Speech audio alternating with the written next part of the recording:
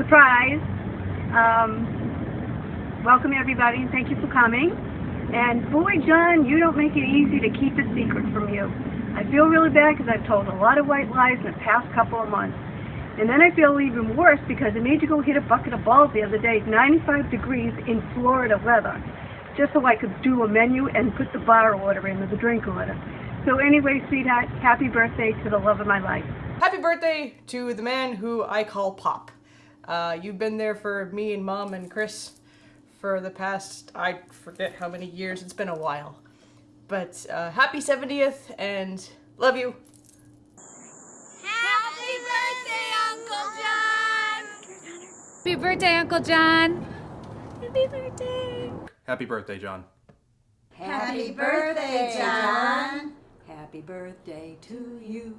Happy birthday to you. Happy birthday, dear Johnny. Happy birthday to you. Happy birthday, John.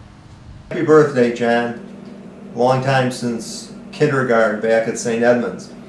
Johnny, happy 70th birthday. Happy 70th birthday. Happy birthday to everyone's favorite uncle! Sorry, Dad. Sorry, Uncle Ed. Sorry, Uncle Jim. Hey, Uncle John. Happy 70th birthday. Happy birthday, Uncle John. Happy birthday, Uncle John. Happy birthday. Happy 70th, Uncle John. But John and I, when we were kids, we fought all the time. And if we would fight at night, Dad would take my side because I was like the apple of his eye, and then Johnny would get chewed up by Dad and get in big trouble. But a lot of our fights were in the daytime when Dad wasn't around, and we were coming home for lunch at St. Edmunds. You guys were in high school, and we'd eat our lunch. Mom would send us out to the TV room, and then we'd start fighting. Usually it was just verbal, all about it. A couple of times it got physical. It got into fisticuffs, and he beat me every single time. But there was this one time when it was down on the ground, we were kicking and we were punching at each other, and we were rolling around, and his head banged right into the radiator, and I beat him that time. I'm like, yes, I got you, boy. Just remember one funny thing. We did a boat ride out Newburyport Harbor to watch the fireworks. And of course, naturally, out of everyone in the whole boat, John was the one to get the soot in the eye. We were down in Florida, you forgot your shoes because you were on our way to the theme park, and we were in the car, and you had your snacks, you had your crossword, you had your swim trunks, forgot your sneakers. You were in the car, we were 5 blocks away, you looked down and you're all like, I forgot my shoes. Who else could forget their shoes when heading out to an amusement park? There was the time in high school when I got a sewing kit from Aunt Jody for Christmas. And I didn't know what the heck I was ever going to do with a sewing kit. And so I said to John, I said, I know, I can tie you up and we'll see if you can get loose. He says, oh, it's thread, I can get loose. I said, okay. I used about 3 spools of thread. I had nothing else to do with it. And we had to cut it off. One thing, John, you're always very optimistic. In fact, almost too optimistic in a way. And if somebody said to you, John, gee, I just got an audit from the IRS, this ruins my whole day, you'd say, well, the good news is you got some money. The bad news is, well, they want it. Well, yeah, that's it.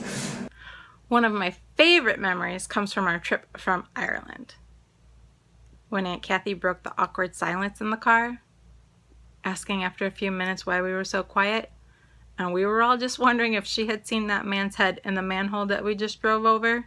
Dad took me down to get my driver's license, and then when we got home he said, now you're going to pick up Uncle Bert and Uncle Mike when they've had too much to drink on Friday nights. And he said that was my job. But watching football with him is quite the scene. He's on his knees on the floor, a foot from the TV set, so Screaming nobody can and see yelling. the screen. You always see the back of his head. Kathleen's always trying to calm him down, but it doesn't work. The story that I heard that the first time that you ever had Mexican food was when you were about 50 years old at a work lunch. So that always cracks us up when we hear that story. Thank you for all assistance in getting me out of my IRS troubles in the past. That doesn't mean that I may need you in the future. Thanks for taking me to Never Ending Story 2.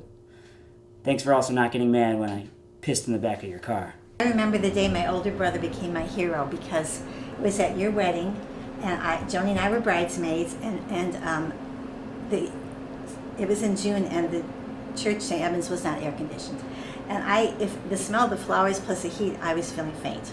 So I was just sitting there up in the front of the church, and I just felt like I was going to pass out. And Mom elbowed John and said, "Get Nora out of here now. She's as white as a sheet. She's going to fall any minute now." So by the time John got up to me, I was already seeing stars in front of my eyes. I could not even see. So he took my arm and he guided me out of the church, and we sat on the church steps, and he told me exactly what to do. Put your head down, like between your legs, and get that blood flowing. So he saved me from fainting and from ruining your wedding. So. Any kid would be lucky to have an Uncle John of their own, but no kid knows what it's like to be spoiled by the best Uncle John. You know, things like plastic Easter eggs and the best Christmases ever. Thanks for always filling our cup. It's one Christmas. It's after Christmas. And we'd already gotten all our gifts and stuff, probably spent a fortune buying us whatever. And this one Christmas, though, it was after Christmas, we went to Grandma's house, and Uncle John was like, "There's more toys in the room for you." And I'm like, this guy doesn't know how to quit. He's just giving us more, And it was like, what? There's more? When I got to be old enough, I got to go shopping with him for all the cousins and, most importantly, for Grandma.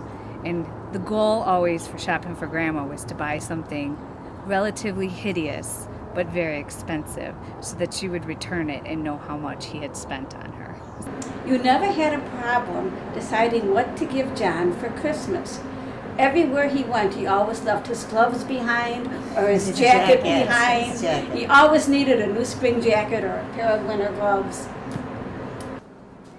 I remember when you were 55 and you came to my house and you said to me, "Rich, I'm getting married and you and Joan seem to have this wonderful relationship." You said, "What's your secret? Is there a secret?" And I said, "John, there is. You always remember, if Kathy's happy, you're going to be happy." And you said, "Oh, so if I'm happy, she'll be happy. Right, Rich?" As we celebrate your 70th birthday and all the things that we love about you, I can't forget the best gift you've ever given me. Another cousin to love. Thanks for bringing Ashley and Aunt Kathy into our lives. We love you, and we love them just as much.